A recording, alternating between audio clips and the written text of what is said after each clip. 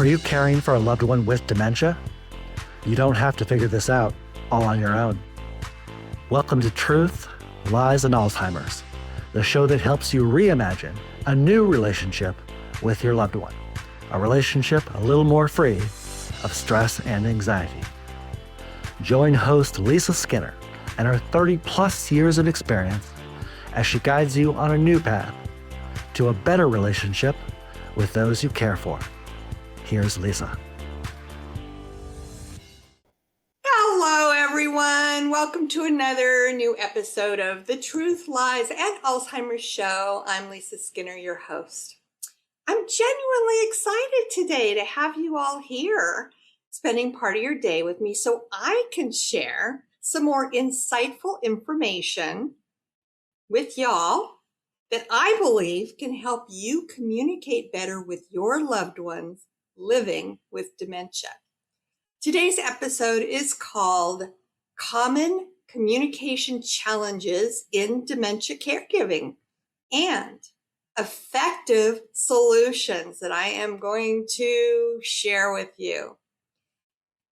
As most of us listening today are aware, we know dementia is a progressive decline in memory, in thinking, in behavior, and the ability to perform daily activities that are severe enough to interfere with living an independent life. What happens in dementia? Well, damage to brain cells affect not just short-term memory, but language, judgment, orientation, personality and behavior, and many, many other cognitive functions. Some of the key symptoms are, and this is just a couple of examples, because there are many, many, many of them. In the early stages, forgetting recent events, misplacing items, difficulty finding the right word to insert into a conversation or a sentence, and getting lost in familiar places.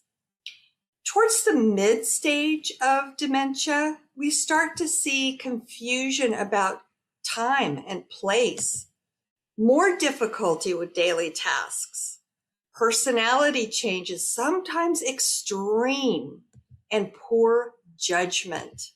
And then in the latter stages, we will see severe memory loss, loss of speech, the inability to recognize family members, and becoming fully dependent on others for our care. Now, some of the red flags that you should be aware of that are not considered part of the normal aging process is a rapid decline, extreme personality changes. You might notice somebody having a lot of difficulty managing their finances or their medications, getting lost frequently.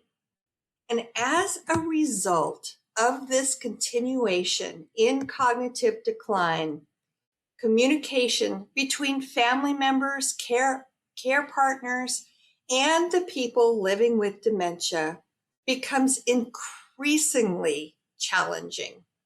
And I know a lot of you have already experienced that. Well, I'm going to tell you about a 90-second rule in dementia care. And that is a communication strategy allowing individuals 60 to 90 seconds to process information and respond to the requests we're making of them. And this 90-second rule reduces frustration and agitation. And the reason why is because dementia impacts our brain processing speed. So caregivers should wait at least 90 seconds after asking a question or giving instructions before repeating them or acting upon them. So let me share with you the key aspects of this 90-second rule. In terms of the processing time, people with dementia often experience significantly delayed cognitive processing. Therefore, allowing them at least 60 to 90 seconds to process your words can help them from feeling overwhelmed by having too many words thrown at them all at once and too quickly.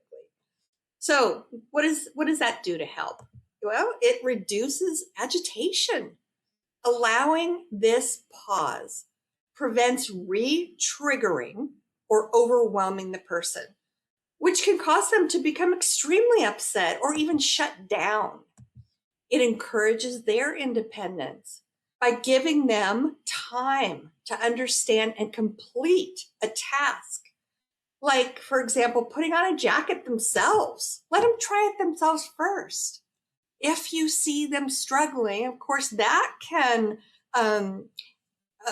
cause frustration and anxiety, but that is when you could step in and help. But let them try it first.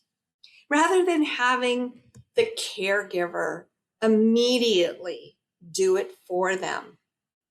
It offers better communication abilities. If no response occurs after 90 seconds, we recommend using nonverbal cues, tactile prompts, or break down the request into smaller steps. It's really vital for caregivers to understand that dementia is a physical breakdown affecting their comprehension. And it's not just memory loss. So implementing this technique can and will be extremely effective for you.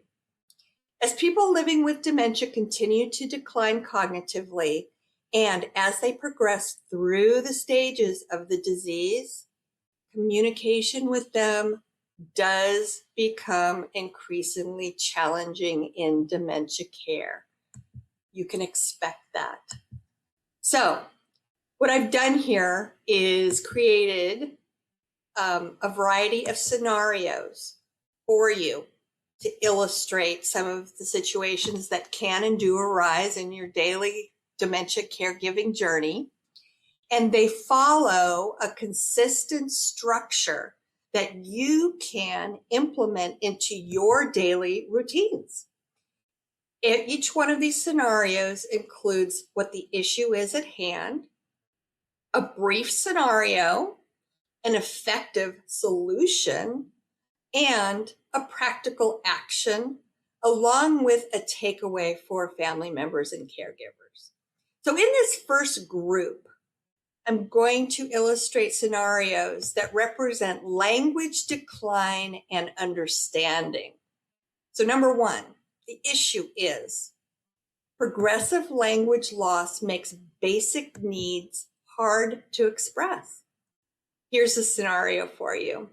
A 79-year-old with Alzheimer's increasingly struggles to name objects and express when he's thirsty, hungry, or experiencing pain. So what happened here is the caregiver misinterprets his silence as agreement and misses his cues. So an effective solution here is to use yes or no questions with clear, concrete choices. Pair the questions with nonverbal cues such as gestures and pictures. Maintain a pain symptom checklist that the person can point to. And the takeaway for you all here is when words fail, rely on simple choices and observable signals. Keep a calm, patient tone to reduce anxiety. The second scenario, the issue is this person has word finding troubles causing her frustration, and that results in miscommunication between her and her caregiver. This person has vascular dementia, and she often pauses mid-sentence, then becomes frustrated, and her caregiver fills the situation in with assumptions, leading to mismatched actions. Very common. So here's an effective solution for you. Accept these pauses as part of her processing the information. Give her extra processing time and use broad, nonverbal prompts. So point to an item, show her some options, validate her attempts even when her words are imperfect. And the takeaway here is patience and validation prevent misinterpretations and preserve dignity during your conversations. Third issue, repetition. We all know about that. And script-like speech. The scenario here is that a parent repeats the same question about when a doctor is going to visit, despite being given repeated reassurance about that appointment. Well, here's an effective solution that you could try. Acknowledge the underlying need, like certainty and routine, and provide consistent script and a visible schedule. Offer a short, concrete answer plus a shift to a different task. Get their mind off of that one. So a good takeaway for you here is repetition often signals a need for reassurance and routine. Structured responses reduce frustration for both of you. In this group, we're going to address nonverbal communication and cues. So let's discuss the first issue in this group. Misinterpreting nonverbal signals. A loved one becomes agitated when the caregiver's body language appears rushed or closed off. This happens daily.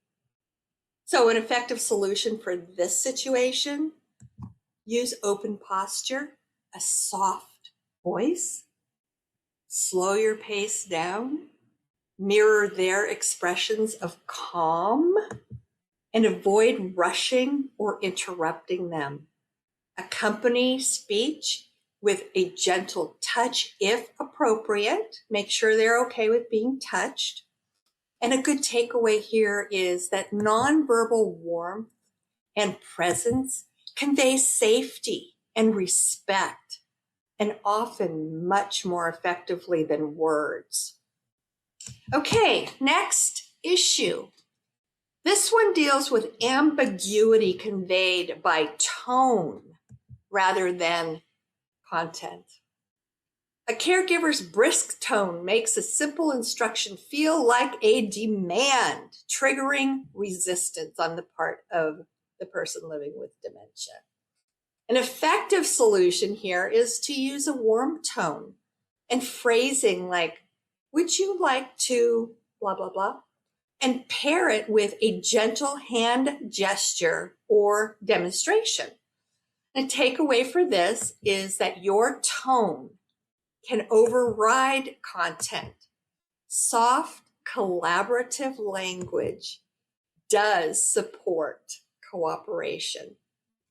Next issue, having difficulty interpreting sarcasm or jokes on the behalf of the person living with dementia. So a person with dementia, we've probably all been there, done this, may often misread humor and feels mocked, which can lead to extreme withdrawal. They feel embarrassed. Like 50% know that they have cognitive issues anyway, so it's just kind of rubbing salt into the wound, if you will. So an effective solution for that scenario is to stick to straightforward, positive statements and use humor carefully. And I'm not saying don't use it, because everybody loves humor. It lights us up. Just be careful in how you present it. Ensuring that they're gentle and clearly non-targeting their deficits. Monitor reactions and back off if misinterpretation does occur. And the takeaway here is humor's great, but it should be simple, kind, and clearly non-threatening to avoid their confusion. So we're on Group C, which involves reading and visual processing challenges. So this is the issue at hand: difficulty following spoken directions. And here's the scenario to illustrate this. Instructions like, eat your lunch before we go outside, become confusing because their ability to process words slows down dramatically. So the effective solution for this: break those instructions into single sequential steps. Pair the verbal directions with visual cues using pictures or checklists or colored arrows, for example. And the takeaway for this scenario is that visual cues support and complement spoken language and, as a result, reduce cognitive overload. Next issue: trouble with multi-step tasks. And eventually this will begin to occur as they progress through the stages of dementia. So let me give you an example. Getting dressed becomes disorienting when asked to choose items or give them shirts that need to be buttoned, tying shoes in one breath. So make it simple. An effective solution: just offer them one-step choices at a time. Demonstrate each step to them, but let them do it. Use labeled containers and labeled clothes arranged in order. So what's your takeaway here? Sequential prompts and demonstrations preserve their autonomy while minimizing their confusion. Okay, we have just a few more to get to now.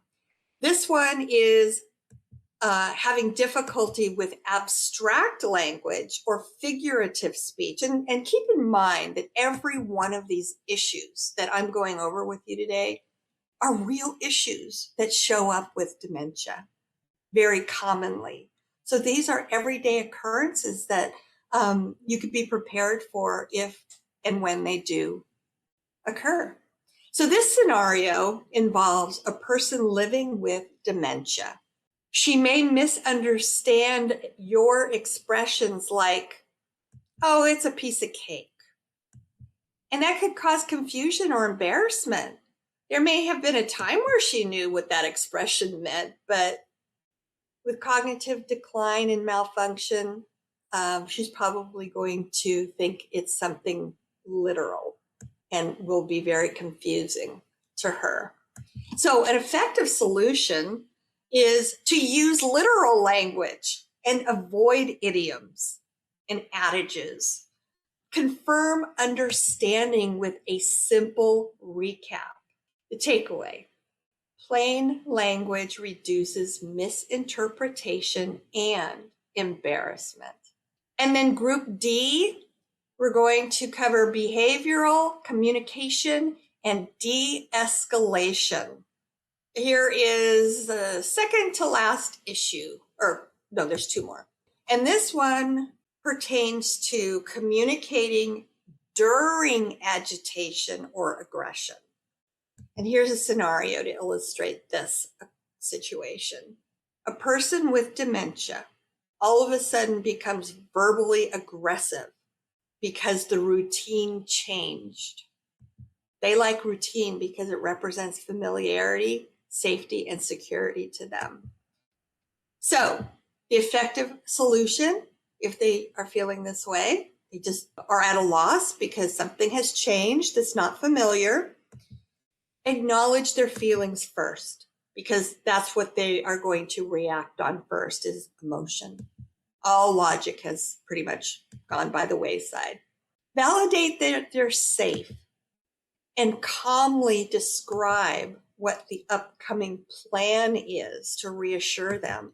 And then you can offer 2 simple choices to regain their sense of control.